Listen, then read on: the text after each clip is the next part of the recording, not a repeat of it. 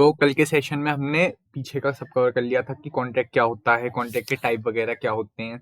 तो एक बार शॉर्ट में रिवाइज कर लेना, उसके बाद आगे चलेंगे। सबसे पहले तो अपन ने देखा था कॉन्ट्रैक्ट के बारे में कि कॉन्ट्रैक्ट होता क्या है।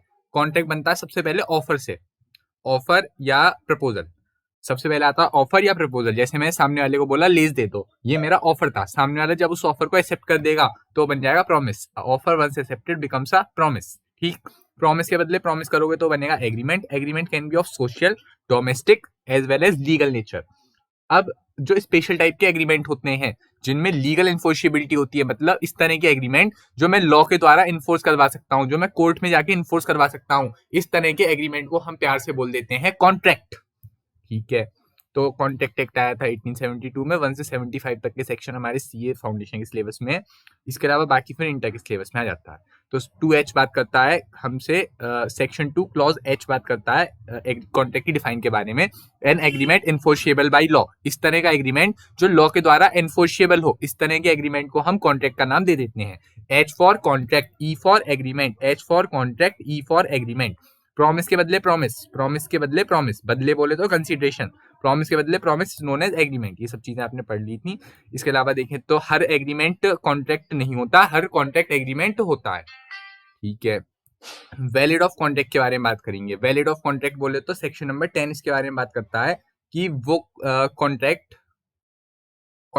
वैलिड ऑफ अ कॉन्ट्रैक्ट के बारे में सेक्शन नंबर 10 बात करता है हमसे कि ये सारी चीजें होनी चाहिए तभी एक ऑफर वैलिड बनेगा, तभी एक कॉन्ट्रैक्ट वैलिड बनेगा।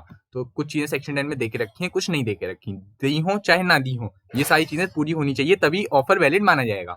ये सब चीजें आप पढ़ सकते हैं एक बार। ये ऑयल वाला एग्जाम्पल जरा याद करके रखना कि अगर मैंने बोला 100 किलो ऑयल भिजवा दो, तो क्या पता कौन सा वाला ऑयल, मीनिंग निकाल पाना पॉसिबल थोड़ी है।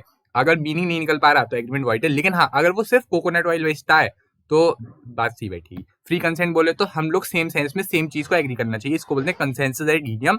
और कंसेंट फ्री तब होती है जब वो क्रिमिनल से ना हो, अनड्यू इन्फ्लुएंस ना हो, फ्रॉड, मिसरिप्रेजेंटेशन, इन सब चीजों से ना हो। इसके अलावा ऑफर के हमने कुछ टाइप वगैरह देखे थे। अब आ जाओ डायरेक्टली, चलो आगे में पढ़ना है ऑफर या प्रपोजल के बारे में डीपली, क्योंकि हमें पता है ऑफर के बाद ही कॉन्ट्रैक्ट आता है। Offer, offer plus acceptance is promise, promise के बदले प्रॉमिस एग्रीमेंट, और एग्रीमेंट प्लस लीगल इन्फोर्सिबिलिटी बनाता है कॉन्ट्रैक्ट। तो पहले बेसिक यूनिट तो समझ लें, प्रपोजल या ऑफर तो समझ लें। तो सबसे पहली चीज कहाँ होगी? ए में। साफ बात है, पहली चीज ए में तो दे रखी होगी। सेक्शन 2 बात करता है हमसे डिफाइन के बारे में, और 2A है ना, तो section 2 clause A, section 2 clause A बात करता है हमसे ऑफर के बारे में। तो इंडियन देखते हैं जरा। जब एक पर्सन अपनी विलिंगनेस दिखाता है कुछ करने के लिए या कुछ ना करने के लिए, इसको बोलते हैं ऑफर। मैंने बोला लेज दे दो, ये मेरी विलिंगनेस थी कि आप ये काम कर दो, या मैं आपसे बोलूं कि ये काम मत करो। जैसे ये लो ब्लैंक चेक, मेरी बेटी की जिंदगी से निकल जाओ, तो मेरी बेटी की जिंदगी में नजर मत आना। तो जनाब कुछ करने के लिए या कुछ ना करने के लिए जब हम सामने वाले को ऑफर देते हैं, इसको बोलते हैं ऑफर या प्रपोजल। क्यों देते हैं? ताकि सामने वाला उसको एग्री कर दे, सामने वाला उसको एग्री कर दे। अच्छा, एक तो हो गया विलिंगनेस टू डू, कुछ करने के लिए। अब्सटेन, एब्सटेन मतलब होता है स्टॉप, एब्सटेन मतलब होता है मत करो, एब्सटेन मतलब होता है स्टॉप, रोक दो, ये काम मत करो, मेरी बेटी की जिंदगी में नजर मत आना, ब्लैंक चेक ले जाओ। इसको बोलते हैं ऑफर। मैंने ऑफर दे दिया। अब सुनना, जो बंदा ऑफर देता है, मैंने बोला लेज दे दो, तो मैं हो गया प्रॉमिसर या ऑफरर, ऑफर या प्रॉमिस देने वाला। और जो बंदा एक्सेप्ट करता है उसे हम बोलते हैं प्रॉमिसी या एक्सेप्टर। सुनना सुनना सुनना, ऑफर और प्रॉमिस सेम चीज है क्या? हाँ जी, कुछ हद तक सेम चीज है। ऑफर एक्सेप्ट होने के बाद प्रॉमिस बन जाता है। An offer once accepted becomes a promise. तो एक बंदा जो प्रॉमिस ऑफर देता है, मैंने लेस के लिए ऑफर दिया, मैं हो गया ऑफरर या प्रॉमिसर। और सामने वाला बंदा हो गया दुकानदार, प्रॉमिसी या फिर एक्सेप्टर। सुनना, कुछ करने के लिए भी हो सकता है, कुछ ना करने के लिए भी हो सकता है, ध्यान रखना। ना करने को बोलते हैं एब्सटेन, ना करने को बोलते हैं एब्सटेन। कुछ करने के लिए भी हो सकता है, ना करने के लिए भी हो सकता है। सामने वाले की एसेंट लेना जरूरी है, हाँ बिल्कुल बिल्कुल जरूरी है, अभी पढ़ेंगे इसके बारे में। ऑफर पॉजिटिव भी हो सकता है, नेगेटिव भी हो सकता है। बोला ना, कुछ करने के लिए और कुछ ना करने के लिए, एब्सटेन के लिए भी और कुछ करने के लिए भी, ये सब चीजें आप देख सकते हैं। चलो आगे, अब देखो जनरल ऑफर। अभी तक हमने जितना भी पढ़ा, एक तो यहाँ से क्वेश्चन बन रहा है। अब सुनना, यहाँ पे केस आ रहा है Carlill versus carbolic smoke ball company का। स्मोक बॉल कंपनी का कहना यह था कि आप हमारी स्मोक बॉल कंज्यूम करो हमारी डायरेक्शंस के अकॉर्डिंग। आप हमारी स्मोक बॉल कंज्यूम करो डायरेक्शंस के अकॉर्डिंग, फिर आपको इन्फ्लुएंजा नहीं होगा। हमारी कालिन आंटी ने क्या करा, स्मोक बॉल को कंज्यूम करा बिल्कुल उसी डायरेक्शन के हिसाब से जैसा कार्बोलिक स्मोक बॉल कंपनी ने बोला था। लेकिन हमारी कालिन आंटी को हो गया इन्फ्लुएंजा। सुनना, कालिन आंटी को हो गया इन्फ्लुएंजा। ऐसी कंडीशन में क्या कालिन आंटी को कंपनसेशन मिलेगा? बोलो मिलेगा, क्योंकि ये ऑफर होते हैं पब्लिक एट लार्ज को, कोई भी इन्हें एक्सेप्ट कर सकता है। कोई भी जिसको ऑफर के बारे में पता है वो उसे एक्सेप्ट कर सकता है, और वो सारी चीजें करके जो उस ऑफर में बोली गई हैं उससे करके वो ऑफर के बदले क्लेम कर सकता है। ध्यान रखना। तो हमारी कालिन आंटी ने क्या करा, कार्बोलिक स्मोक बॉल कंपनी ने एडवर्टाइजमेंट दिया था न्यूज़पेपर में, और बोला था कि अगर आप लोग हमारे इंस्ट्रक्शन के हिसाब से वो करोगे, स्मोक बॉल कंज्यूम करोगे, तो आपको इन्फ्लुएंजा नहीं होगा। लेकिन हमारी कालिन आंटी ने ऐसा करा और उन्हें इन्फ्लुएंजा हो गया, वो कंपनसेशन क्लेम कर सकती हैं। अब आता है स्पेसिफिक ऑफर। स्पेसिफिक ऑफर उस तरह का ऑफर होता है जो एक स्पेसिफिक पर्सन को दिया जाता है, मतलब हर कोई उसे एक्सेप्ट नहीं कर सकता। वो स्पेसिफिक बंदा जिससे वो ऑफर दिया गया है केवल और केवल वही उसे एक्सेप्ट कर सकता है। इसमें बोल्टन वर्सेस जोन्स का एग्जांपल आता है, इसको अभी जरा आगे देखेंगे। अब सुनना, मैंने बोला बी भाई गाड़ी ले लो मेरी, क्या सी उसे एक्सेप्ट कर सकता है? नहीं कर सकता। मैंने सी को थोड़ी ऑफर दिया, जिसे ऑफर दिया गया है वही तो एक्सेप्ट कर सकता है।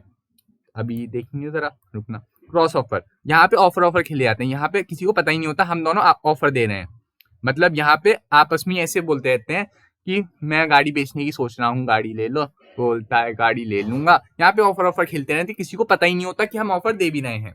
यहाँ पर इग्नोरेंस में ऑफर चलते हैं, इसी को बोलते हैं क्रॉस ऑफर। यहाँ पे कोई कॉन्ट्रैक्ट नहीं बन सकता, कोई एक्सेप्ट ही नहीं कर सकता। एक्सेप्ट क्यों नहीं कर सकता? वो एक्सेप्ट इसलिए नहीं कर सकता क्योंकि उनके बीच में बाइंडिंग ऑफर है ही नहीं। अब सुनना, काउंटर ऑफर। काउंटर ऑफर का मतलब होता है ऑफर के बदले ऑफर देना, ओरिजिनल ऑफर को रिजेक्ट करके दूसरा ऑफर देना, ओरिजिनल ऑफर को रिजेक्ट करके दूसरा ऑफर देना, इसको बोलते हैं कंडीशनल एक्सेप्टेंस। कंडीशन के बेस पर एक्सेप्टेंस देना। इसका बेस्ट एग्जांपल है बार्गेन करना। इंडियन मॉम्स, हमारी मम्मी थोड़ी सीधी सादी सी है, वो तो नहीं करती। इंडियन मॉम्स में खासियत ये होती है कि वो 10 रुपए की चीज 2 रुपए में लेके आएंगी। ऐसा हो गया ना चलो कोई नहीं।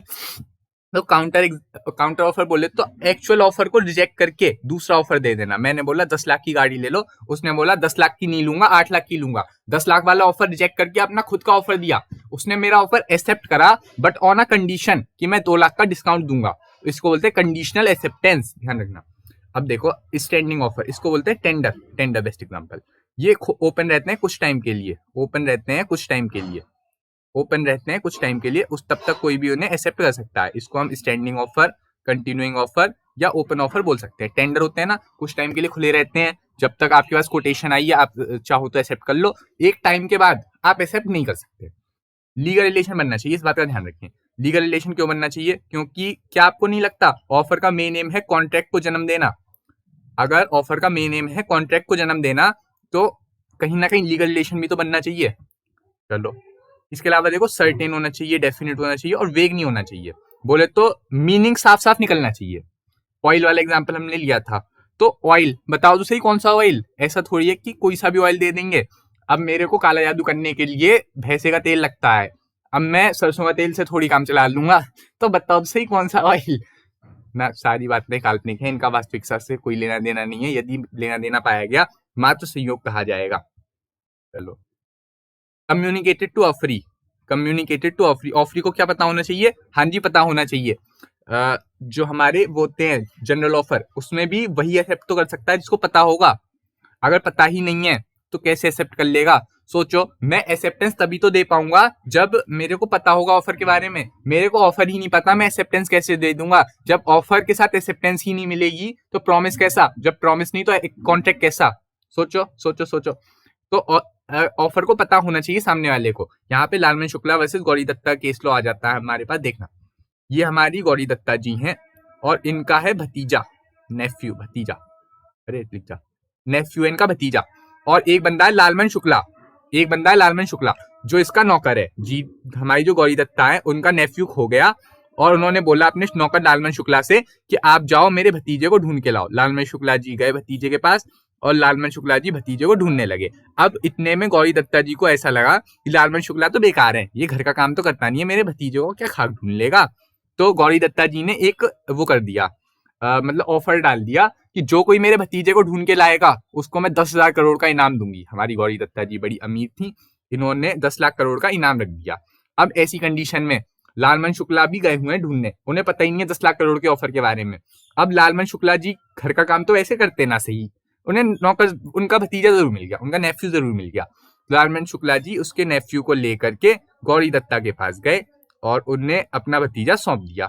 अब ऐसी कंडीशन में जब बाद में पता चला लालमन शुक्ला को कि इन्होंने तो 10,000 करोड़ का इनाम रखा था, मेरे को 10 लाख करोड़ का 10 रुपया भी नहीं मिला, जब पड़ोसियों ने छेड़ना शुरू करा लालमन शुक्ला जी 10,000 करोड़ का करोगे क्या, ये तो बताओ। तो ऐसी कंडीशन में लालमन शुक्ला ने क्लेम करा उनसे, गौरी दत्ता जी से, कि मेरे को मेरे पैसे तो दो। गौरी दत्ता ने ये कहा कि आपको तो ऑफर के बारे में पता ही नहीं था, आप एक्सेप्ट कैसे कर सकते हो, मैंने तो आपसे कहा ही नहीं कि मैं आपको पैसे दूंगी, मैंने तो और लोगों से ऑफर की बात करी थी ना, आपको तो ऑफर दिया ही नहीं मैंने, जब आपको ऑफर दिया ही नहीं तो आप ऑफर को एक्सेप्ट कैसे कर सकते हो, सोचो।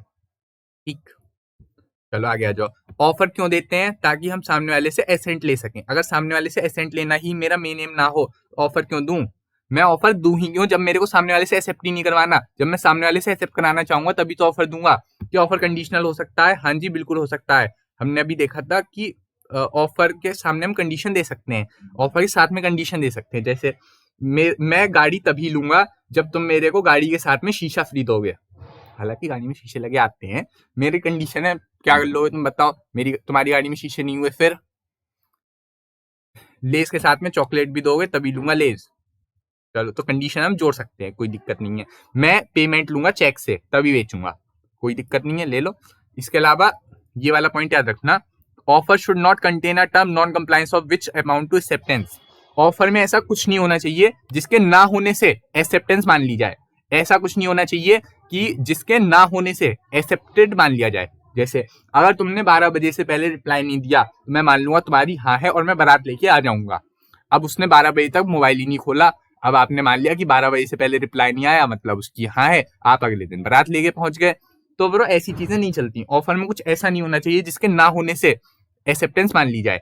ऐसा आपने सेल का ऑफर दिया एक बंदे को कि मेरी गाड़ी खरीद लो, अगर तुमने 4 दिन के अंदर अंदर मेरे को रिप्लाई नहीं दिया, मैं ये मान लूंगा आपने मेरी गाड़ी खरीद ली। ऐसे थोड़ी चलता है। सामने वाला जब तक हाँ ना बोल दे तब तक आप कैसे मान लोगे कि ऑफर एक्सेप्ट हो गया? तो जब तक कुछ ऐसा ना हो जिसके ना होने से नॉन कंप्लायंस ना होने से एक्सेप्टेंस मान ली जाए, ऐसा कुछ नहीं होना चाहिए। जनरल हो सकता है क्या? हाँ। स्पेसिफिक हो सकता है? हाँ। एक्सप्रेस इम्प्लाइड कुछ भी हो सकता है। इम्प्लाइड बोले तो ना आपने कुछ कहा ना मैंने कुछ कहा, आंखों ही आंखों में ऑफर हो गया। चलो अब सुनना, ये 9 वाला पॉइंट जरा देख के रखना। और यहाँ पे देखना, इंटेंशन का स्टेटमेंट या इनविटेशन टू ऑफर या फिर कम्युनिकेशन ऑफ इंफॉर्मेशन, एक प्रोस्पेक्टस या एडवर्टाइजमेंट, ये सब ऑफर नहीं होते, ये ऑफर जैसे होते हैं। सुनना, मैं इन्हें एक्सेप्ट नहीं कर सकता। एक्सेप्ट क्यों नहीं कर सकता? क्योंकि ऑफर ही नहीं।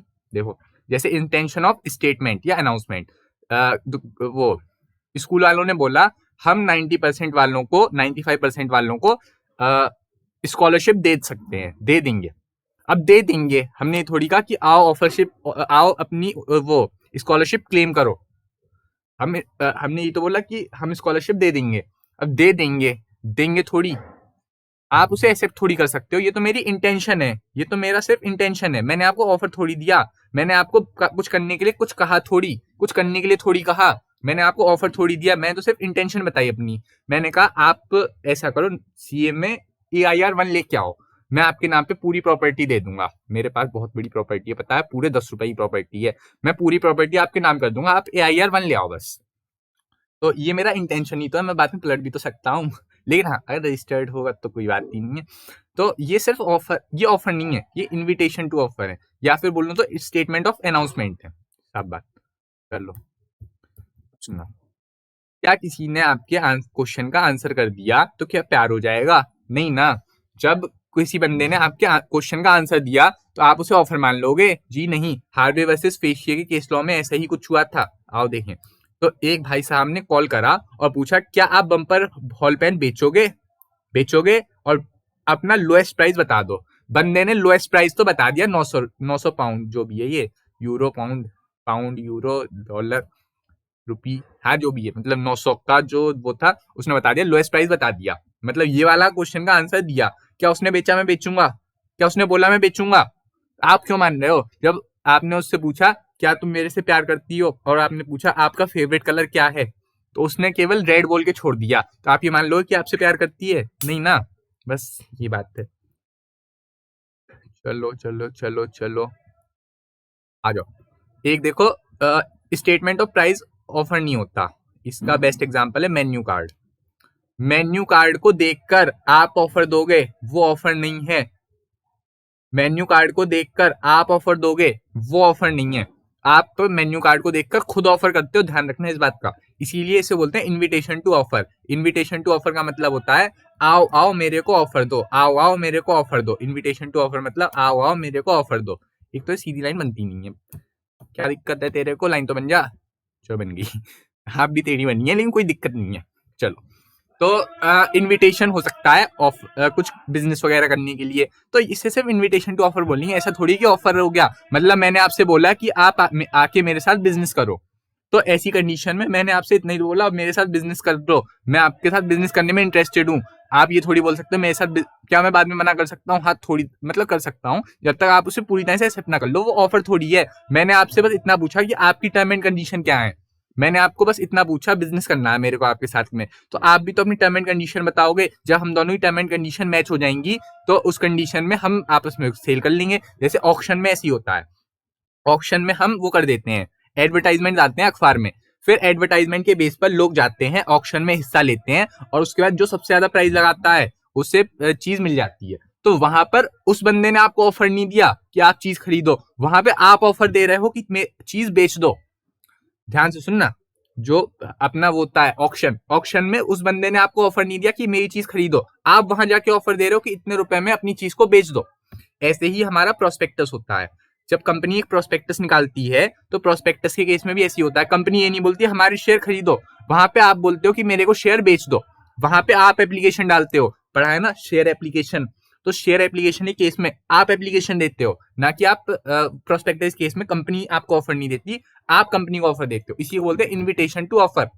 देखना, तो इनविटेशन टू ऑफर का मतलब होता है, इनविटेशन टू ऑफर का मतलब होता है सर्कुलेशन ऑफ ऑफर। आप अपने ऑफर के बारे में थोड़ा बहुत बताते हो और सामने वाले को इंड्यूस करने की कोशिश करते हो, सामने वाले को उकसाने की कोशिश करते हो कि आप मेरे को ऑफर दो।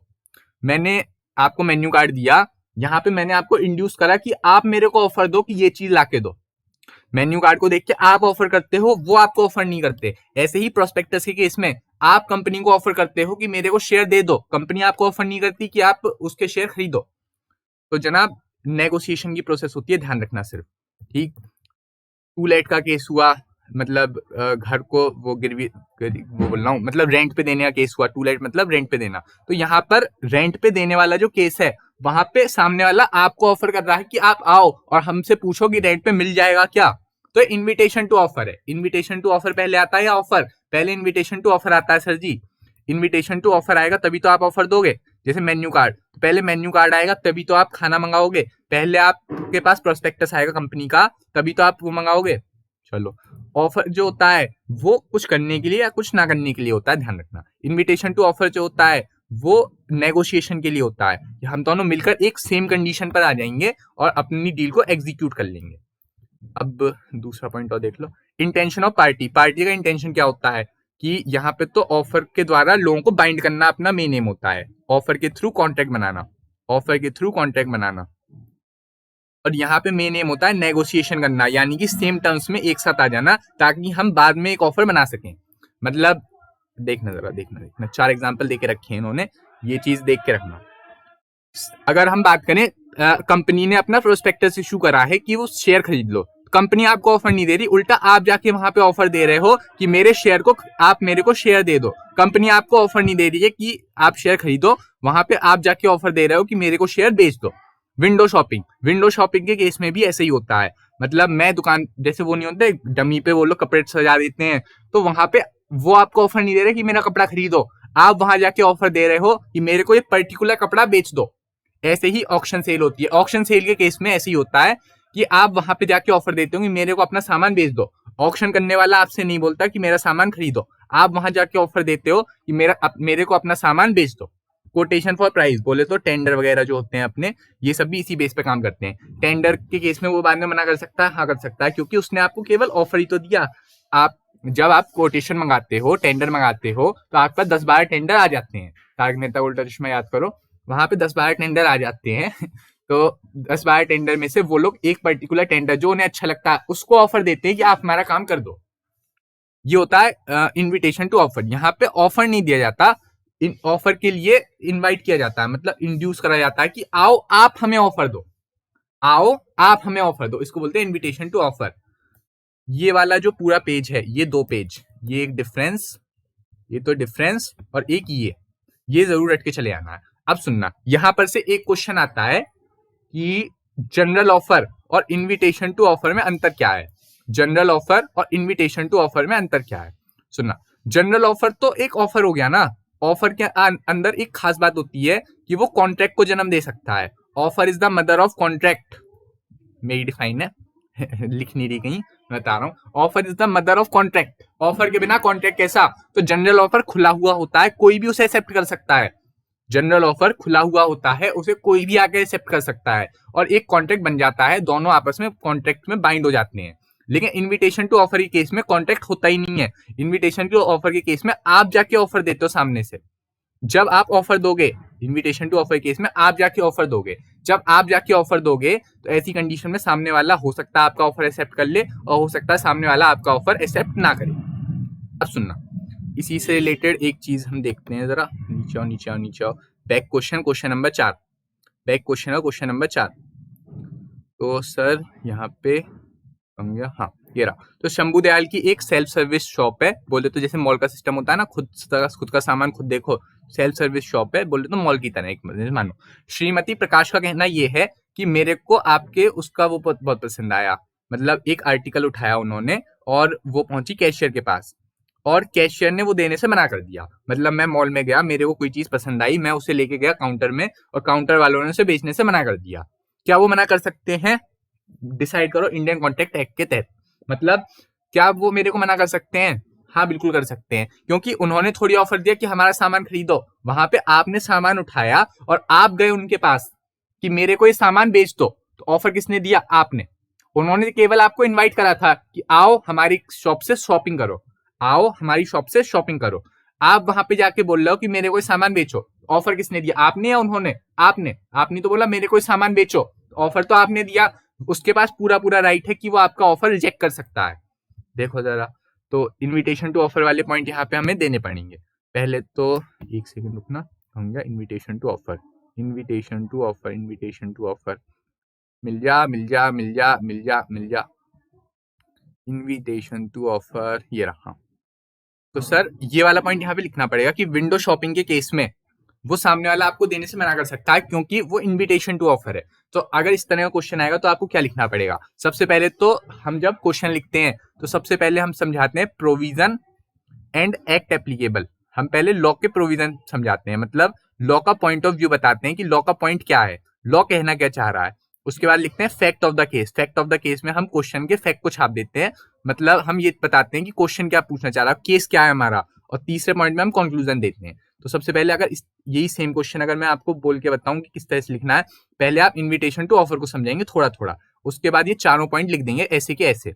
उसके बाद आप फैक्ट ऑफ द केस लिखेंगे कि इस केस में ऐसा हुआ था, वो शॉप सर्विस पे गई थी, वहां पे उन्होंने आर्टिकल उठाया और कैशियर के पास गई, और कंक्लूजन में लिखिए क्योंकि इनविटेशन टू ऑफर था इस वजह से वो उसे देने से मना कर सकता है। साफ बात ये। चलो आ जाओ आ जाओ आ जाओ आ जाओ। हाँ देखो, ऑफर कुछ करने के लिए भी हो सकता है और कुछ ना करने के लिए भी हो सकता है। हमने देखा ना, पॉजिटिव ऑफर नेगेटिव ऑफर कुछ करने के लिए भी हो सकता है और कुछ ना करने के लिए भी हो सकता है। ओरल हो सकता है, क्या हो सकता है, क्या कंडक्ट से हो सकता है। मैंने लेज मांगे, उसने डायरेक्टली मेरे को लेज दे दिए, उसने मेरा ऑफर डायरेक्टली एक्सेप्ट कर लिया, कोई दिक्कत नहीं है, वर्ड से एक्सेप्ट कर लो चाहे कंडक्ट से एक्सेप्ट कर लो। अब रिटर्न हो सकता है क्या? हाँ। ओरल हो सकता है क्या? हाँ। बात खत्म। आ जाओ acceptance. Offer plus acceptance makes a promise, offer plus acceptance makes a promise, an offer once accepted becomes a promise. तो एक्सेप्ट भी तो होना जरूरी है। तो क्या आपको नहीं लगता पहले नंबर पे ऑफर आता है, दूसरे नंबर पे एक्सेप्टेंस? तो देखो दूसरे नंबर पे एक्सेप्टेंस आ रही है, टू बी। ठीक है, एक बात और याद करी थी हमने ऐसी, J for void, J void, J agreement void है, गांव में बोलते हैं ना जे एग्रीमेंट, जे वो वाला जे। चलो चलो चलो चलो। तो जब बंदा अपनी एसेंट दे दे किसी चीज को लेकर, जब बंदा अपनी एसेंट दे दे, एसेंट बोले तो एक्सेप्टेंस, एसेंट बोले तो एक्सेप्टेंस, तो ऐसी कंडीशन में बोलते हैं offer gets accepted. And offer once accepted becomes a promise. Acceptance का काम बिल्कुल वही है जो काम एक जलती हुई माचिस करती है ट्रेन ऑफ गन पाउडर को। ट्रेन ऑफ गन पाउडर मतलब बारूद से भरी हुई ट्रेन। अगर बारूद से भरी हुई ट्रेन के पास एक माचिस की तीली लेके जाओगे तो क्या होगा, वो आपको बेटर पता है। एक बारूद से भरी हुई ट्रेन के पास आप एक माचिस की तीली लेके जाओगे तो क्या होगा, फूल तो बरसेंगे नहीं साफ बात है। तो उसी तरह से जैसे ट्रेन बड़ी बारूद से भरी हुई ट्रेन के पास अगर आप माचिस लेके जाओगे तो ब्लास्ट होगा, उसी तरह से अगर आपने एक बार ऑफर में एक्सेप्टेंस नाम की चिंगारी लगा दी, अगर आपने ऑफर में एक्सेप्टेंस नाम की चिंगारी लगा दी तो वो प्रपोजल बन जाएगा। प्रपोजल के बदले प्रपोजल जो होता है, नहीं सॉरी, ऑफर में अगर आपने एक्सेप्टेंस नाम की चिंगारी लगा दी तो बन जाएगा प्रॉमिस, और प्रॉमिस के बदले प्रॉमिस होता है एग्रीमेंट, और एग्रीमेंट प्लस लीगल इन्फोर्सिबिलिटी बना देती कॉन्ट्रैक्ट। तो अगर ऑफर में एक बार एक्सेप्टेंस नाम की चिंगारी लग गई, अगर ऑफर में एक बार एक्सेप्टेंस नाम की चिंगारी लग गई तो उसे वापस नहीं लिया जा सकता। अब ऑफर बन जाएगा कॉन्ट्रैक्ट और आपको उसे पूरा करना पड़ेगा। ये सीए फाउंडेशन में एक बार आया हुआ है क्वेश्चन 7 नंबर का, लीगल रूल्स रिगार्डिंग एक्सेप्टेंस। हालांकि अब आने के चांसेस थोड़े से कम है, फिर भी पढ़ना तो है ही अपने को। तो देखना कम गया। हाँ, केवल वही बंदा एक्सेप्ट कर सकता है जिसको ऑफर दिया गया हो। क्या कोई और बंदा एक्सेप्ट कर सकता है? मेरे हिसाब से तो नहीं करना चाहिए। मैंने जिसको ऑफर दिया है वही तो एक्सेप्ट कर सकता है। सोचो, जिसको ऑफर दिया है, मैंने बोला बी को गाड़ी खरीदने के लिए, तो सी उसे कैसे एक्सेप्ट कर लेगा? मैंने बोला बी भाई मेरे से 10 लाख रुपए ले जाओ, क्या सी नाम का बंदा मेरे से पैसे क्लेम कर सकता है? बिल्कुल नहीं कर सकता, अनलेस बी ने कुछ करा हो, बी ने बोल दिया उससे, वो अलग बात नहीं। लेकिन अगर बी को लोन चाहिए तो सी मेरे को एक्सेप्ट कैसे कर सकता है? बताओ, सोचो, मेरा ऑफर जिस बंदे को दिया है वही तो एक्सेप्ट कर सकता है। यहाँ पे बहुत ही जबरदस्त केस लॉ है ब्रॉल्टन वर्सेस जोन्स का। देखना हुआ क्या यहाँ पर, एक बंदा है अपना ब्रोकहस्टल, ब्रो लिख देता हूँ इसको, ब्रोकहस्टल, और ये है अपना बोल्टन, और एक बंदा है यहाँ पर जोन्स। ठीक है, कोई दिक्कत नहीं है। ब्रोकहस्टल ने अपना बिजनेस बेच दिया, इसका बिजनेस बिक गया, तो इसे पिक्चर से हटा दो। ब्रोकहस्टल ने अपना बिजनेस बेचा बोल्टन को। अब क्या हुआ कि जो अपना बोल्टन है, बोल्टन का तो अभी कुछ लेना देना है नहीं जोन्स से। जोन्स इसका क्रेडिटर है, ब्रोकहस्टल का क्रेडिटर है जोन्स। जोन्स के पैसे उधार हैं ब्रोकहस्टल पर। जोन्स ने एक ऑर्डर इशू करा, किसके नाम पर? ब्रोकहस्टल के नाम पर। ऑर्डर इशू करा ब्रोकहस्टल के नाम पर कि मेरे को अपने पैसों के बदले आप मेरे को क्लेम दे दो, मतलब सामान दे दो। इसके 100 रुपए जो बचे हुए थे, हाँ 100 रुपए ही ट्रांजेक्शन होती है, ज्यादा बड़े बड़े ट्रांजेक्शन थोड़ी करते हैं लोग। तो अबे 100 रुपए दे नहीं रखा, मैं अपनी तरफ से लेके चल रहा हूँ, तुम लोग भी समझते नहीं हो यार। तो जोन्स जो है अपना, जोन्स ने ब्रोकहस्टल को 100 रुपए, जोन्स के उधार पड़े थे ब्रोकहस्टल पर 100 रुपए। तो ब्रोकहस्टल को जोन्स ने बोला कि ब्रोकहस्टल भाई हमारे वो कर दो, 100 रुपए के बदले सामान दे दो। इसने लेटर भेजा। अब वो लेटर, क्योंकि इसका बिजनेस बिक गया था, तो वो लेटर यहाँ ना पहुंचने के बजाय यहाँ पहुंचा इसके पास। तो कुल मिलाकर सीन ये बना कि ब्रोकहस्टल के तो पैसे उधार थे जोन्स पर, जोन्स को पैसे लेने थे ब्रोकहस्टल से। उसने बोला मेरे पैसों के बदले सामान दे दो, और वो उसने वो ऑफर बेच दिया ब्रोकहस्टल के पास, लेटर। अब वो लेटर ब्रोकहस्टल के पास तो पहुंचा नहीं, बल्कि बोल्टन के पास पहुंच गया। तो देखना जरा, जोन्स का जो ऑफर था वो ब्रोकहस्टल के पास बोल्टन के पास पहुंच गया, ना कि ब्रोकहस्टल के पास। ब्रोकहस्टल के पास तो वो गया ही नहीं, उल्टा वो बोल्टन के पास पहुंच गया। तो देखना, अब बोल्टन ने सामान बेच दिया, लेकिन बाद में जब बोल्टन उससे पैसे मांगने गया जोन्स से, तो जोन्स ने पैसे देने से मना कर दिया, क्योंकि उसने बोला उसका कॉन्टेक्ट तो ब्रोकहस्टल के साथ था, बोल्टन के साथ था ही नहीं।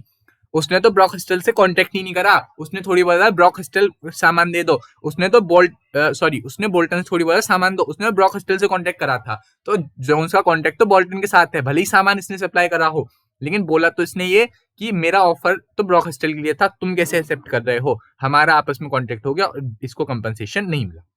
बात सुनना, जोन्स ने ऑफर दिया था ब्रोकहस्टल को, लेकिन एक्सेप्ट कर दिया बोल्टन ने। अब जोन्स का कहना ये है मैंने बोल्टन के साथ थोड़ी कांटेक्ट करा, मैंने तो ब्रोकहस्टल के साथ कांटेक्ट करा, तो मैं तो उससे सेट ऑफ करूंगा ना, आप क्यों बीच में कूद रहे हो? चलो अगला देखो, acceptance must be unqualified. Acceptance must be unqualified मतलब कंडीशनल एक्सेप्टेंस ना हो। अभी हमने पढ़ा था क्रॉस ऑफर जैसी चीजें नहीं चलेंगी। तो ये सब चीजें यहाँ पे कवर हो जाती हैं। एब्सोल्यूट होनी चाहिए बिल्कुल एक्सेप्टेंस। मैं आपसे बोल रहा हूँ 10 रुपए में सामान लो, 10 रुपए में ही सामान लोगे। अगर आपने 9 रुपए बोल दिया तो आपकी एक्सेप्टेंस नहीं मानी जाएगी। मेरा ऑफर आपने एक्सेप्ट करा ही कहा, आपने तो उल्टा मेरा ऑफर रिजेक्ट करके दूसरा ऑफर दे दिया ना। सोचो, अगर आपने मेरी एक्सेप्टेंस को अनक्वालिफाई कर दिया, मतलब मना कर दिया, या किसी तरह से दूसरी तरह से एक्सेप्ट करने की कोशिश करी, 10 की चीज 9 में लेने की कोशिश करी, तो आपने तो मेरा ऑफर रिजेक्ट कर दिया ना। आपने तो अपना ऑफर दिया मेरे को, मेरा ऑफर तो रिजेक्ट कर दिया ना। तो ऐसी कंडीशन नहीं चलती। चलो, एक्सेप्टेंस मस्ट बी कम्युनिकेटेड। ऐसा ना हो कि आप अपने ही ड्रॉर में डाल लो ऑफर की एक्सेप्टेंस और खुश हो जाओ। हमारे रेलवे कंपनी के मैनेजर ने ब्रॉडगन जो हमारा ब्रॉडगन था, इसने रेलवे कंपनी के मैनेजर को सामान सप्लाई करने के लिए ऑफर भेजा। रेलवे कंपनी ने बोला कि 1 महीने बाद वो सामान भिजवा देना। अब क्या हुआ सुनना, मेट्रोपॉलिटन रेलवे कंपनी के मैनेजर ने लेटर लिखा ब्रॉडगन को कि 1 महीने बाद मेरे को सामान चाहिए, इतना इतना सामान इस पर्टिकुलर डेट पे भेज देना। अब रेलवे कंपनी जो थी उसके मैनेजर ने लेटर लिख के अपने ड्रॉर में ही डाल दिया। अब क्या ब्रॉडगन को सपना आ रहा है कि उस रेलवे कंपनी के ऑफिसर ने मेरे को लेटर लिखा होगा और वो अपने ड्रॉर में डाल दिया होगा, ऐसा कर रहा हूँ, उस डेट को सामान भिजवा दे रहा हूँ, नहीं ना। तो अब वो सब लोग 1 महीने बाद इंतजार करते रहे, अभी तक ब्रॉडगन ने सामान क्यों नहीं भेजा। फिर बाद में पता चला कि ब्रॉडगन को तो लेटर पहुंचा ही नहीं, लेटर तो रेलवे कंपनी के ऑफिसर ने अपने ही ड्रॉर में रख लिया। तो ऐसा काम मत करना यार, कम्युनिकेट तो बता दो सामने वाले को कि हमने आपके ऑफर को एक्सेप्ट कर लिया है, वरना वो तो ये मान के चलेगा मेरा ऑफर तो नहीं माना गया। Acceptance must be in prescribe mode. मैंने अगर आपसे बोला ईमेल से भेजो तो ईमेल से ही भेजो। फोन से भेजोगे तो चलेगा क्या? नहीं चलेगा। लेकिन सुनना, यहाँ पर एक एक्सेप्शन आ जाता है। सुनो, अगर आपसे मैंने ईमेल पर भेजने को बोला है और आप मेरे को कॉल कर रहे हो, तो मेरे को आपको ये बोलना पड़ेगा कि आप कॉल पर मत बोलो, मेरे को ईमेल कर दो। अगर मैंने आपसे ये बात नहीं बोली और आपने मेरे को कॉल पर बोल दिया, तो ये माना जाएगा, इट इज डीम्ड कि मैंने आपका ऑफर एक्सेप्ट कर लिया है। दोबारा सुनना, मैंने आपसे बोला था 100 रुपए का सामान भेज दो, 100 पेन भेज दो मेरे को। पेन के ढक्कन से भी होता है थोड़ा काला जादू, चलो छोड़ो, तो अलग से क्लास लेके बताऊंगा कभी। तो मैंने आपसे बोला कि 100 पेन भेज दो, तो मतलब 100 पेन भेजने की बात करी थी मैंने। अब आपने मेरे को 100 पेन भेजने को मैंने आपसे बोला 100 पेन भेज दो। मैंने आपसे बोला था अगर आप भेजने में इंटरेस्टेड हो मेरे को ईमेल कर देना। आपने ईमेल तो नहीं करा, मेरे को फोन कर दिया कि मैं आपको 100 पेन भेज रहा हूँ।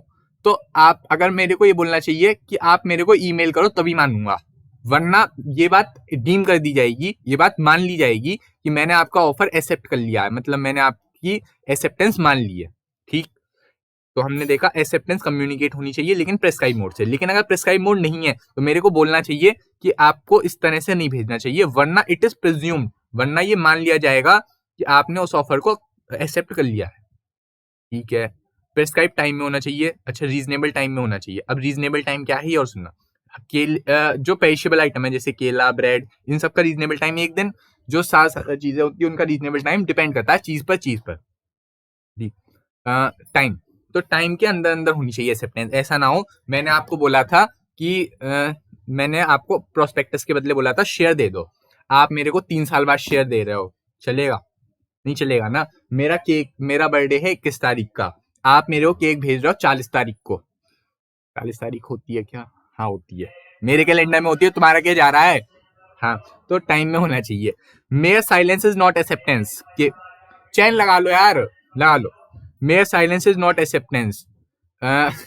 Mayor silence is not acceptance. तो साइलेंस सिर्फ एक्सेप्टेंस नहीं है। मेरा चुप रहना एक्सेप्टेंस थोड़ी है। अगर तुमने उसे प्यार का इजहार करा तो उसका चुप रहना हाँ थोड़ी है। कुछ भी क्यों मानते हो? सुनना, 12 बजे तक रिप्लाई नहीं करा तो मैं समझ लूंगा कि तुम्हारी हाँ है, ऐसी सब चीजें यहाँ पे नहीं चलती। लेकिन किंतु परंतु, अगर मैंने आपसे बोला, लेकिन अगर आपने कुछ ऐसा काम कर दिया जिसके बदले आपको कुछ ना कुछ देना पड़ेगा, मतलब आपने मेरी चीज का फायदा उठा लिया, तो आपको मेरे को कंपनसेशन देना पड़ेगा। जैसे आपके यहाँ 1 साल से मस्त मैगजीन आती है, मैंने बोला था ना, संस्कारी वाली स्पिरिचुअल मैगजीन। आपके यहाँ 1 साल से स्पिरिचुअल मैगजीन आती है तो आप वो मस्त मैगजीन पढ़ते हो आराम से संडे को बैठ के, और 1 साल से लगातार पढ़ रहे हो, तो क्या आपको बिल देना पड़ेगा? हाँ, बिल्कुल देना पड़ेगा। आपके मोबाइल में गलती से नेटफ्लिक्स का सब्सक्रिप्शन पड़वा दिया किसी बंदे ने, आप मजे से देख रहे हो, आपने बोला मैं तो चुप था, मैंने थोड़ी एक्सेप्टेंस दी है, आपने अपने कंडक्ट से तो एक्सेप्टेंस दे दी ना। Acceptance can be given by conduct, acceptance can be given by conduct, वही पढ़ेंगे एक्सेप्टेंस कैसे कम्युनिकेट होती है। एक्सेप्टेंस जो होती है इम्प्लाइड भी हो सकती है और बाई कंडक्ट भी हो सकती है। साफ बात है, मैं हो सकता है कुछ करके एक्सेप्टेंस दे दो, आप हो सकता है लिख के दे दो, हो सकता है बिना बोले दे दो, सिर्फ सिला के या मेरा काम करके। जैसे मैंने आपसे लेज देने की बोली, तो हो सकता है कि आप मेरे को लेज निकाल कर ही दे दो, ये हो गया कंडक्ट। या ऐसा हो सकता है कि आप बोल दो हाँ दे रहा हूँ, तो ये भी हो गया एक्सेप्टेंस करना। बात करना इस पर्टिकुलर यूनिट से कोई 3 सवाल आने के वो हैं चांसेस। तो 3 सवाल हैं, एक तो पहला invitation to offer, offer versus invitation to offer, वो वाला पर्टिकुलर पेज। एक हम पे जो वो आता है दूसरा क्वेश्चन, वो आता है valids of a essential offer, valid of a essential offer section number 10, वो वाला पॉइंट। और एक ये वाला ऑफर समझा, हाँ इसेंशियल ऑफर वैलिड ऑफर, एक तो सेक्शन नंबर 10 में भी थोड़ी बहुत दे रखी है उसके बारे में चीज ना। सॉरी वो तो इसेंशियल ऑफ कॉन्ट्रैक्ट है, सॉरी गलती से भावनाओं में फिसल जाता हूँ। पेज नंबर 14 पर हमने देख के रखा है एसेंशियल ऑफ वैलिड ऑफर, इसमें 10 पॉइंट जो देखे रखे हैं वो इनविटेशन टू ऑफर वाला पार्ट, वो पूरा वाला टॉपिक, वो पूरे टॉपिक से 7 नंबर क्वेश्चन भी आ सकता है, या फिर इनविटेशन टू ऑफर जो है उस पर से सेपरेट क्वेश्चन आ सकता है। और उसके अलावा इस पूरे यूनिट से कुछ आएगा, ये वाला टॉपिक आएगा, इसके अलावा और बहुत ही रेयर चांसेस है कुछ आने के। ये वाला टॉपिक ढंग से देख के जाना है। देख तो अब ऑफर और एक्सेप्टेंस कैसे कैसे कम्युनिकेट करी जाती है इसके बारे में देखना है, बड़े ही ध्यान से सुनना। मेरे को चाहिए क्या मंगाऊं यार, क्या मंगाऊं, मेरे को चाहिए बैग।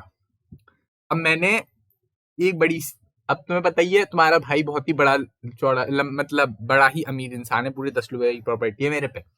तो ऐसी कंडीशन में मैं ऐसे छोटी मोटी दुकानों से थोड़ी बैग खरीदूंगा, मैं तो बड़ी सी दुकान से, मैं तो पूरी कंपनी से बैग मंगाऊंगा ना। तो मैंने कंपनी को लेटर डाला। अच्छा लेटर ही क्यों, फेस टू फेस क्यों नहीं गए? फेस टू फेस में दिक्कत थोड़ी आएगी, फेस टू फेस में तो ऑफर एक्सेप्टेंस की कम्युनिकेशन हाथ के हाथ हो गई।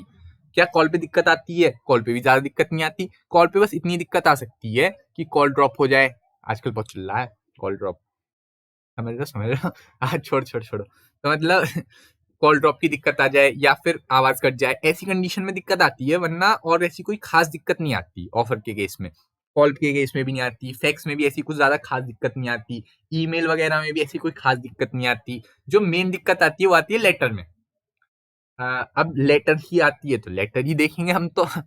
तो जनाब मैंने क्या करा, एक बैग मंगाने के लिए लेटर डाल दिया बड़ी सी कंपनी में, बैग एंड कंपनी मेरी कंपनी है, चलो मैंने उस कंपनी में, ये है तुम्हारे भैया जी, ये है तुम्हारी कंपनी, इस कंपनी में मैंने लेटर डाला मैंने 12 तारीख को, 12 ये क्या आज, चलो 12 को डाल दिया, तुम खुश रहो। 12 तारीख को लेटर डाला, 14 तारीख को कंपनी के पास पहुंच गया, 14 तारीख को कंपनी के पास पहुंच गया, और कंपनी में पढ़ा किस तारीख को, 15 तारीख को, सही है। अब मेरे को ये बताओ मेरा ऑफर कंपनी पर किस तारीख को पहुंचा, मेरा ऑफर कंपनी पर किस तारीख को पहुंचा, 12 तारीख, 14 तारीख, ऑप्शन सी 15 तारीख, या ऑप्शन डी पहुंचा ही नहीं, रास्ते में खा गए लोग उसको। तो जनाब मेरा ऑफर 15 तारीख को पहुंचा है, इस बात का ध्यान रखें, मेरा ऑफर 15 तारीख को पहुंचा है, इस बात का ध्यान रखें, ठीक सुन रहे हो, समझ रहे हो। मेरा ऑफर 15 तारीख को पहुंचा, जिस तारीख को उस बंदे के पास मेरा ऑफर पहुंच जाता है, जब उस बंदे को पता चल जाता है इस बंदे ने मेरे को ऑफर भी दिया है, ऐसी कंडीशन में मेरा ऑफर कंप्लीटेड मान लिया जाता है। देखना देखना देखना, सोचना समझना, अभी पढ़वा रहा हूँ इसकी लैंग्वेज, एक सेकेंड, ये मिट गया, चलो। तो सर देखना फेस टू फेस में तो कोई दिक्कत वाली बात ही नहीं है, फेस टू फेस में कोई दिक्कत ही थोड़ी है, दिक्कत कुछ नहीं है, लेकिन दिक्कत तब आती है जब हमारा ऑफर हो उसके थ्रू, मतलब ईमेल के थ्रू, फोन के थ्रू, मतलब इनमें हल्की फुल्की दिक्कत आती है, इसमें ज्यादा कुछ ऐसी खास दिक्कत नहीं आती। लेकिन जो मेन दिक्कत आती है वो आती है लेटर के केस में। तो एक देखना, कम्युनिकेशन तब खत्म होती है जब सामने वाले को हमारे पास हमारा ऑफर पता चल जाता है, communication of offer is complete जब सामने वाले को हमारे ऑफर के बारे में पता चल जाता है। कहाँ देके रखा है, सेक्शन नंबर 4 में देके रखा है इन्होंने, ये बात ध्यान रखिए। देखना ए ने बी को ऑफर दिया कि 5 लाख में अपना घर भेज दो। 10 तारीख को इसने वहां पोस्ट कर दिया, 12 तारीख को लेटर पहुंचा, और 12 तारीख को लेटर पहुंचने के बाद 12 तारीख को जब उसके पास लेटर पहुंचा तो 12 तारीख को ही उसने लेटर पढ़ लिया। तो ऐसी कंडीशन में 12 तारीख को कम्युनिकेशन खत्म हो गई। ठीक, कम्युनिकेशन ऑफ ऑफर कब कंप्लीट हो जाती है? जब सामने वाले बंदे के पास ऑफर या प्रपोजल पहुंच जाता है। लेकिन सिर्फ उसका मिलना काफी नहीं है।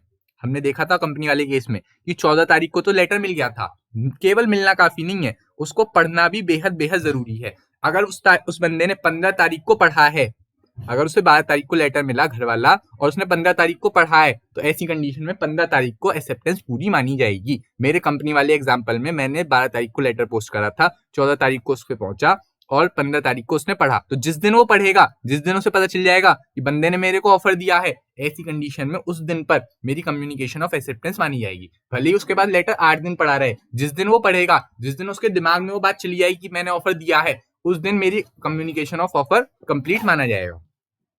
चलो नीचे आ जाओ। अब देखना कम्युनिकेशन ऑफ एक्सेप्टेंस, इसके बारे में बात करता है हमसे सेक्शन नंबर 3। तो कम्युनिकेशन एक्सेप्टेंस कैसे कम्युनिकेट की जा सकती है? अभी हमने क्या बात करी थी? Communication of offer. ऑफर कैसे कम्युनिकेट कराया जा सकता है? ऑफर तो आप कम्युनिकेट कर सकते हो जब सामने वाले को पता चल जाए। और अगर एक्सेप्टेंस कैसे कम्युनिकेट कर सकते हो? 3 तरीके होते हैं कम्युनिकेशन एक्सेप्टेंस को कम्युनिकेट करने के। एक सेकंड रुकना, लैपटॉप की चार्जिंग खत्म हो रही है, बस चार्जर लगा क्या।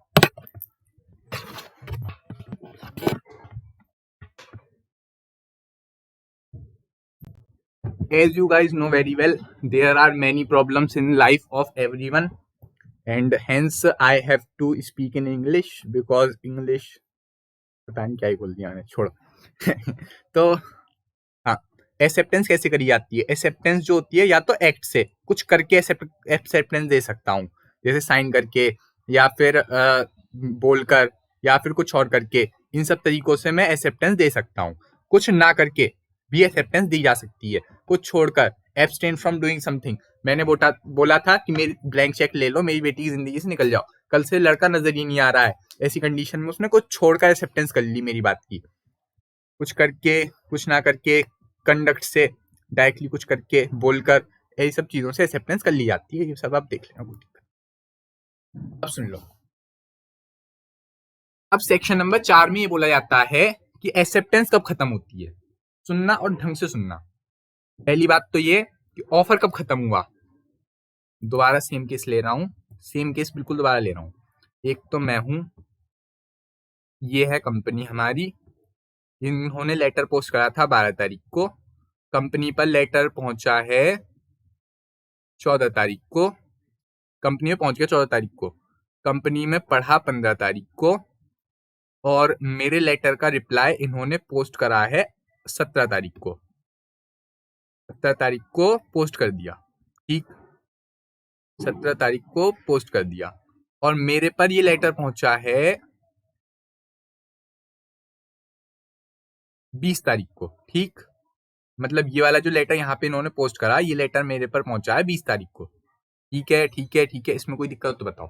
मैंने 12 तारीख को लेटर पोस्ट करा था बैग के लिए, उन्होंने 14 तारीख को कंपनी के पास पहुंच गया, 15 तारीख को कंपनी वालों ने पढ़ा, 17 तारीख को मेरे लेटर का रिप्लाई करा और 20 तारीख को मेरे पर लेटर आ गया। अब कम्युनिकेशन ऑफ ऑफर कब खत्म हुई? ऑफर कब कम्युनिकेट हो गया? मैंने ऑफर दिया था कि मेरे को बैग बेचो, ये खत्म हुआ 15 तारीख को, जब उन्हें पता चल गया कि इसको बैग चाहिए और बैग का ऑफर ये हमको दे रहा है, तो 15 तारीख को मेरा ऑफर खत्म हो गया। ठीक, अब जब उन्होंने लेटर पोस्ट करा, बोले तो 17 तारीख को, जब 17 तारीख को उसने लेटर पोस्ट करा, तो सोचो सोचो सोचो सोचो, दिमाग लगाओ, क्या मेरी तरफ से उनकी एक्सेप्टेंस खत्म नहीं हो गई? क्या उन्होंने कंपनी ने मेरा ऑफर यहाँ पे एक्सेप्ट नहीं कर लिया? क्या इसके बाद कंपनी अपने ऑफर को मना कर सकती है? बोलो नहीं कर सकती। कंपनी ने तो लेटर पोस्ट कर दिया ना मेरे नाम पर, क्या कंपनी अब लेटर को मना कर सकती है? नहीं कर सकती। अच्छा, कंपनी का लेटर मेरे पे कब पहुंचा? 20 तारीख को। क्या कंपनी यहाँ से, कंपनी की तरफ से देखना, क्या नहीं सॉरी मैंने कुछ उल्टा बोल दिया, हाँ गलती से उल्टा बोल दिया। 17 तारीख के बाद मैं इस लेटर को मना नहीं कर सकता, मैं मना नहीं कर सकता कि कंपनी ने इसे एक्सेप्ट नहीं करा, या मैं ऑफर से मना नहीं कर सकता कि मेरे को बैग नहीं चाहिए। अगर कंपनी ने 17 तारीख को मेरे ऑफर के लिए वो बैग को वो कर दिया, मेरे बैग के ऑफर को अप्रूव कर दिया, तो 17 तारीख को मेरा ऑफर कंप्लीट हो गया। मेरी एक्सेप्टेंस कंप्लीट हो गई कंपनी की तरफ से, और कंपनी की एक्सेप्टेंस कब खत्म होगी? 20 तारीख को, जब मेरे को ये लेटर मिल जाएगा। तो ढंग से सुनना, कंपनी ने मेरा लेटर कब एक्सेप्ट करा? 15 तारीख जब उन्होंने पढ़ा, या 17 तारीख जब उन्होंने वो पोस्ट करा? जब उन्होंने पोस्ट करा तब उनकी एक्सेप्टेंस खत्म हो गई। 15 तारीख को मेरा ऑफर खत्म हो गया। 15 तारीख को मेरा ऑफर खत्म हुआ जब उन्हें पता चल गया, जब उन्होंने लेटर पढ़ लिया और उन्हें पता चल गया मेरे को क्या चाहिए। और 17 तारीख जब उन्होंने लेटर पोस्ट करा, ऐसी कंडीशन में उनकी एक्सेप्टेंस खत्म हो गई। और 20 तारीख जब उन्होंने वो करा, जब मेरे पे लेटर आ गया, जब मेरे पे लेटर आ गया तो उनकी तरफ से कम्युनिकेशन खत्म हो गई। तो देखेंगे इसी सेम एग्जांपल में कम्युनिकेशन ऑफ ऑफर कब खत्म हुई? कम्युनिकेशन ऑफ ऑफर खत्म हुई मेरी 15 तारीख को। कम्युनिकेशन ऑफ ऑफर खत्म हुई अपनी 15 तारीख को। 15 अजीब लग रहा है ना? कोई दिक्कत नहीं है। लेकिन मिटा दूं ना, कोई दिक्कत तो नहीं है, बना लेना अपने हिसाब से। छोड़ो। मिट जल्दी जा, निकल, हट, हप। चलो गया। ए मेरे को ऐसा क्यों लग रहा है मैं डेट भूल गया हूँ। चलो कोई नहीं। प्रपोजर बोले तो मेरी तरफ से कब खत्म हुई डेट, मतलब मेरी तरफ से कब खत्म हुआ ये सब ड्रामा। मेरी तरफ से उन्होंने एक्सेप्ट करा 17 तारीख को। उन्होंने एक्सेप्ट करा 17 तारीख को, जब उन्होंने लेटर डाल दिया, जिस दिन लेटर पोस्ट करा उस दिन से मेरी एक्सेप्टेंस खत्म हो गई। जब एक्सेप्टर की पावर से बाहर चला जाए और कोर्स ऑफ ट्रांसमिशन में आ जाए, ट्रांसमिशन मतलब बोले तो जर्नी में आ जाए, बोले तो पोस्ट करने वाले दिन से लेकर के जिस दिन पोस्ट करा उन्होंने उस दिन उनकी तरफ से एक्सेप्टेंस खत्म हो गई। और मेरी तरफ से उनकी तरफ से कब खत्म होगी? जब मेरे को लेटर मिल जाएगा, मतलब 20 तारीख को जब मेरे को लेटर मिल जाएगा। यहाँ पे बड़ा कंफ्यूजन होता है, ढंग से देख लेना, ना समझ में आए तो एक बार रिपीट करके देख लेना, और कोई दिक्कत हो तो कमेंट कर देना, दोबारा बता दूंगा। चलो, where a proposal is accepted by send by a post के द्वारा भेजा जाएगा, तो ये सब हमने पढ़ा अभी, देखा तो सही। प्रपोजल कब एक्सेप्ट कर लिया जाता है इसे देखेंगे। सेक्शन नंबर 4 बात करता है एक्सेप्टेंस कंप्लीशन के बारे में, और सेक्शन नंबर 3 बात करता है कि कम्युनिकेशन ऑफ एक्सेप्टेंस कैसे करी जाती है। इसमें कंफ्यूज मत होना। चलो। हाँ, अगर मैं फोन वगैरह से कॉल कर रहा हूँ, ईमेल से कर रहा हूँ, फैक्स से कर रहा हूँ, कोई दिक्कत थोड़ी है। बस दिक्कत इतनी आएगी जब कॉल ड्रॉप हो जाए, ये सब हो जाए, इनमें दिक्कत आएगी, वरना बाकी क्या दिक्कत है? जो मेन दिक्कत आती है वो लेटर में ही आती है। चलो, स्पेशल कंडीशंस, जो हमारी स्पेशल कंडीशंस होती हैं, स्पेशल कंडीशन जो होती है ना, इनको टेसिडली ही भेजा जाता है, और इनकी एक्सेप्टेंस भी टेसिडली की जाती है। मतलब मैंने भी कुछ नहीं कहा, आपने भी कुछ नहीं कहा, लेकिन एक्सेप्टेंस हो गई। मतलब जैसे आपने देखा हो एयरप्लेन की ट्रेन की टिकट के पीछे कुछ कंडीशंस लिखी होती हैं, ये अज्यूम करा जाएगा कि आपने वो सारी टर्म एंड कंडीशन ऑलरेडी पढ़ रखी हैं। लेकिन कंडीशन कैसी होनी चाहिए? रीजनेबल। अगर रीजनेबल नहीं हुई तो चलेगा क्या? बिल्कुल नहीं चलेगा। तो कुल मिला के हमने इतना देखा कि एक तो टेसिटली होनी चाहिए, मतलब हाँ, कंडीशन भी टेसिटली हो सकती है और उनकी एक्सेप्टेंस भी टेसिटली हो सकती है। जैसे ट्रेन की टिकट के पीछे होगा तो मतलब ऐसा माना जाएगा कि आपने वो ऑलरेडी पढ़ रखी है। लेकिन क्या वो चीजें रीजनेबल होनी चाहिए? हाँ, बिल्कुल रीजनेबल होनी चाहिए। अगर रीजनेबल नहीं हुई तो बिल्कुल नहीं चलेगा। Lily White versus Munnuswamy case law याद रखना, केस स्टडी, केस लॉ के नाम लिख के आने होते हैं वहां पर। डेट वेट याद रखनी है क्या? ईयर वियर याद रखने हैं? बिल्कुल नहीं याद रखने, याद होंगे भी नहीं, याद रखने भी नहीं है। और केस लॉ के नाम हमें याद नहीं होते, हम तो एवरेज स्टूडेंट करें, बिल्कुल मत करो। अगर आप कर सकते हो, आपको नंबर लाने हैं, बिल्कुल करो। चलो, तो लिली वाइट वर्सेस मुन्नुस्वामी का केस लॉ। यहाँ पे हुआ ऐसा कि इनकी साड़ी थी, हमारे मुन्नुस्वामी जी की साड़ी थी, मतलब इनकी वाइफ की साड़ी होगी यार, ये थोड़ी साड़ी पहनेंगे। साड़ी कितने की? 10,000 करोड़ की। मैं तो भूल गया कितने जीरो होते हैं। तो 100 रुपए की, चलो ठीक, मेरे लिए 100 रुपए की रख लो यार, आप खुश रहो बस। 100 रुपए की साड़ी थी इनकी। अब लॉन्ड्री वालों ने, लिली वाइट ने इनकी साड़ी खो डाली, मुन्नू स्वामी जी की वाइफ की साड़ी खो डाली। अब जब मुन्नू स्वामी जी कंपनसेशन क्लेम करने गए तो उन्होंने बोला हमारी टिकट के पीछे, हमारी वॉशिंग उसके पीछे देखो, हमारे उसके पीछे क्या नाम है, विजिटिंग कार्ड के पीछे देखो, 15% का कंपनसेशन की बात करी है हमने। अब आपको नहीं लगता कि 100 रुपए की साड़ी के बदले 15 रुपए बड़ी नाइंसाफी है। ये तो आम आदमी के खिलाफ साफ साफ अन्याय है जी। आम आदमी की आवाज को कोई नहीं दबा सकता। आम आदमी गए कोर्ट के पास, आम आदमी के फेवर में वो आया कि ये कंडीशन रीजनेबल नहीं है। ऐसे तो कल कोई सारे कपड़े चोरी करके बेच देंगे, 15% कंपनसेशन बांट देंगे। ऐसे काम थोड़ी चलता है। इनकी 100 करोड़ की साड़ी, अरे 100 रुपए की यार, 100 रुपए की साड़ी के लिए 15 रुपए मिले। हो सकता है इन्होंने साड़ी बेच दी हो बाजार में 90 रुपए की, और बाकी के पैसों से इन्होंने कुछ गलत गलत काम किए हों। ड्रग्स की खेती की बात कर रहा हूँ मैं। चलो तो ऐसी सब चीजें यहाँ पे नहीं चलती। कुछ स्पेशल टाइप के कॉन्ट्रैक्ट होते हैं, देख सकते हैं आप, ये सब तो कोई दिक्कत नहीं है। चलो चलो। अच्छा, परफॉर्मेंस कैसे पता चलेगी? सामने वाले को बता दो कि मैंने परफॉर्मेंस कर दी है। तो इसमें सोचने वाली बात क्या है? वही एक्सेप्टेंस वाले पॉइंट यहाँ पे आ जाएंगे, ये सब पढ़ लेना आपने, आप कोई दिक्कत नहीं है। आप देखो, revocation of offer and acceptance. Section number 4 किस बारे में बात करता था कि ऑफर कब कब कंप्लीट होते हैं। जिस दिन उसको पता चल जाए उस दिन मेरा ऑफर कंप्लीट, जिस दिन वो लेटर पोस्ट कर दे मेरी तरफ से उसकी एक्सेप्टेंस खत्म, और जिस दिन मेरे पे लेटर आ जाए उस दिन से उसकी तरफ से मेरी तरफ से उसकी तरफ से मेरी एक्सेप्टेंस खत्म। ठीक है, एज अगेंस्ट प्रपोजल और वो सब पढ़ लेना, एक बार देख लेना। इस चीज की बात कर रहा हूँ मैं। क्या नाम है कहूँगा ये। मैं इस वाले पॉइंट की बात कर रहा हूँ, ये सब देख के जाना है ढंग से। सेक्शन नंबर 4 और एक ये वाली चीज, ये वाली चीज, ये दो चीजें देख के जानी है, ऊपर की रट के जानी है बिल्कुल। और एक मुन्नू स्वामी वाला केस की रीजनेबल कंडीशन रीजनेबल होनी चाहिए, टेसिटली जा सकती है, कोई दिक्कत नहीं है। किस चीज के बारे में था? स्पेशल कंडीशंस के बारे में। अब हम बात करें रिवोकेशन के बारे में। रिवोकेशन मतलब होता है रिवोकेशन मतलब होता है रिवोकेशन मतलब होता है cancel cancel cancel cancel cancel cancel. इसकी याद आई है? बताना जरा। अरे यार, तो मेरे पे लिखा नहीं आता है। लिख जा लिख जा लिख जा लिख जा लिख जा लिख जा। आज तो लिखते रहूंगा बे, देखना। CANCEL लिख दिया लो। हाँ, मतलब जो भी है, कैंसिल। रिवोकेशन मतलब होता है कैंसिलेशन ऑफ ऑफर। तो एक शब्द और लिखना है, कैंसिलेशन। मैं समझदार को इशारा काफी होता है, आप लोग समझदार तो हो ही। चलो यहाँ तो कुछ और ही फील आ रहा है। छोड़ो छोड़ो छोड़ो, लिख ही नहीं रहा, आप खुश रहो यार। मेरे पे टैक्स का भी ऑप्शन है, टैक्स भी कर सकता हूँ। छोड़ो छोड़ो। Revocation of offer. ऑफर कब कैसे गायब हो सकता है, मतलब छोड़ कैसे सकते हैं जनाब?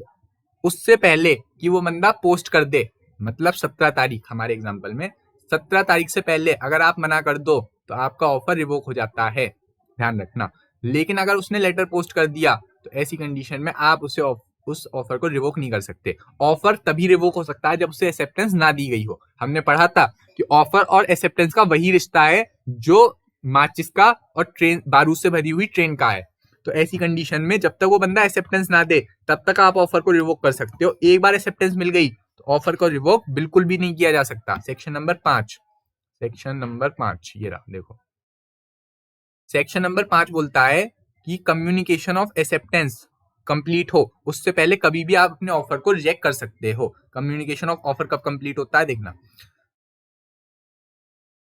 जब वो लेटर पोस्ट कर दे उससे पहले आप मना कर दो। जब कंपनी लेटर पोस्ट कर दे उससे पहले अगर आप मना कर दो, बोले तो 17 तारीख, अगर 17 तारीख से पहले आप मना कर दो तो ऐसी कंडीशन में, जब आप 17 तारीख से पहले मना कर दो ऐसी कंडीशन में आपका ऑफर कैंसिल हो जाता है। और अगर ये बंदा 20 तारीख से पहले मना कर दे तो इसकी तरफ से ऑफर रिवोक मान लिया जाता है।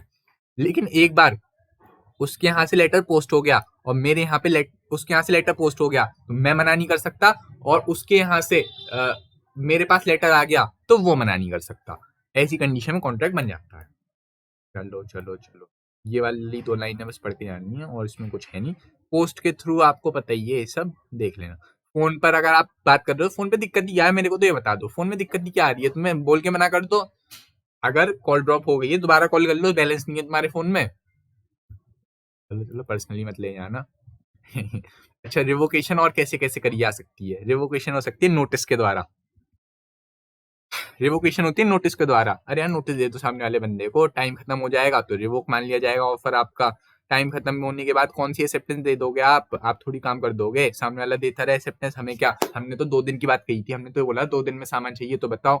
2 दिन खत्म होने के बाद सामने वाला एक्सेप्टेंस देता रहे, हमारा क्या जा रहा है? हम तो अपने रीजनेबल टाइम में काम करेंगे ना। टाइम ना दे रखा हो तो रीजनेबल टाइम, बात अगर कोई कंडीशन पहले पूरी होनी चाहिए थी, उसके ना होने से भी ऑफर इलैप्स हो जाता है। जैसे मेरे पर ऐसी खबर आई थी कि अ, मेरे पर ऐसी खबर आई थी कि 20 तारीख को सरकार ड्रग्स को लीगल कर रही है। अब मैंने 20 तारीख के लिए 21 तारीख का ऑफर बना रखा था कि हम ड्रग्स बेचेंगे। हालांकि ड्रग्स अभी इलीगल है, लेकिन गवर्नमेंट लीगल कर रही थी कुछ लोगों की वजह से, पर्टिकुलर लोगों की वजह से। चलो। तो मतलब मैंने कॉन्ट्रैक्ट बना रखा था। अब सरकार का दिमाग फिर से सही हो गया, उन्होंने कहा ड्रग्स ऐसी चीज तो सब देश को नुकसान करती है, ऐसी चीजें नहीं चलेंगी ना चाल पे। सरकार ने उन्हें लीगल नहीं करा, मेरा कॉन्ट्रैक्ट वॉइड है, कॉन्ट्रैक्ट तो बेकार है, कंडीशन तो पूरी हुई नहीं, एक कंडीशन पहले नहीं हुई, दूसरी चीज वो नहीं है। अच्छा, दूसरा एग्जाम्पल, बोलोगे एग्जाम्पल गलत दे रहा है, गलत नहीं है, मतलब चलो छोड़ो, मतलब सही था, छोड़ो छोड़ो छोड़ो, दूसरा एग्जाम्पल लिख के चलो, बढ़िया एग्जाम्पल। जैसे आपको याद हो कि, नहीं याद क्या हो, एग्जाम्पल देखो सुनो। मेरे को सामान भिजवाना है बोट से, मेरे को सामान भिजवाना है बोट से। अब मेरे को अगर सामान भिजवाना है बोट से, तो मेरे को क्या सामान डॉकयार्ड तक पहुंचाना पड़ेगा। डॉकयार्ड वो जगह होती है जहाँ सामान जाता है यार, सो ऐसी बात मत पूछो। तो मतलब डॉकयार्ड से मेरे को सामान भिजवाना है। अब ऐसी कंडीशन में क्या मैं सामान बिना दिए उनसे सामान भिजवा सकता हूँ? नहीं ना, मेरे को पहले सामान वहां पहुंचाना पड़ेगा, तभी मैं शिप की सर्विस ले पाऊंगा। अगर मैंने सामान ही नहीं पहुंचाया, अगर मैंने वो कंडीशन पूरी नहीं करी, सामान ही नहीं भिजवाया, अगर मैंने सामान ही नहीं भिजवाया, तो ऐसी कंडीशन में मैं उनसे कैसे क्लेम कर सकता हूँ कि आप मेरा काम कर दो। ठीक। अगर कोई बंदा मर जाए, पागल हो जाए, वो पागल वैसा वाला पागल नहीं जो आप सोच रहे हो, वो आपका दोस्त नहीं, मतलब इंसेनिटी, मतलब ऐसा बंदा जिसे कोर्ट ने वो कर दिया हो। काउंटर ऑफर, कंडीशनल एक्सेप्टेंस, अभी तो पढ़ा था यार। अगर आपने यूजुअल या प्रेस्क्राइब मोड से ना करा हो, अच्छा यूजुअल या प्रेस्क्राइब मोड से ना करा हो, और आप उसे मना भी ना करो, तो वो डीम्ड एक्सेप्टेंस हो जाती है, याद हो तो वो वाली चीज। इसके अलावा इलीगैलिटी, जो चीज लॉ मना कर दे वो तो मना ही है, बात ही खत्म। पीछे क्वेश्चन मैंने क्वेश्चन नंबर 4 आपको करवा दिया था, एमसीक्यू वगैरह तो क्या ही करोगे करके। ये देखो छठवां वाला क्वेश्चन, और देखो, मिस शकुंतला ने एप्लीकेशन डाली थी टीचर के लिए, और उन्हें पता चला अपने फ्रेंड से इनफॉर्मली, पता चला कि उन्हें अपॉइंट कर लिया गया है, लेकिन कुछ दिनों बाद उन्हें पता चला कि उनकी अपॉइंटमेंट को कैंसिल कर दिया गया है। क्या मिस शकुंतला क्लेम कर सकती है डैमेजेस का? यहाँ पे सेक्शन नंबर 4 अप्लाई होगा कि उन्हें तो एक्सेप्टेंस की कम्युनिकेशन करी नहीं गई थी, उन्हें तो बताया ही नहीं गया कि आपकी एक्सेप्टेंस कर ली गई है, आपका ऑफर एक्सेप्ट कर लिया गया है, तो ऐसी कंडीशन में क्लेम कैसा? चलो ठीक है ठीक है। तो बाकी सब आप देख लेना, एक बार बता देना मेरे को कोई दिक्कत हो तो, बाकी किसी भी तरह की कोई भी दिक्कत है तो देख लेंगे। बाकी ये वाला हो गया। अब करीब अगले लेक्चर में हम यूनिट 2 कवर करेंगे, फिर 2 यूनिट्स में यूनिट 3 खत्म करेंगे, उसके बाद एक में यूनिट 4, 5, 6, इस तरह से 8 लेक्चर्स में हम इंडियन कॉन्ट्रैक्ट एक्ट पूरी तरह से बेसिक्स टू एंड खत्म कर देंगे। अभी हमारी स्पीड हल्की सी स्लो है, अब धीरे धीरे स्पीड बढ़ती चली आएगी। चलो ठीक है, मिलते हैं कल, तब तक के लिए गुड नाइट।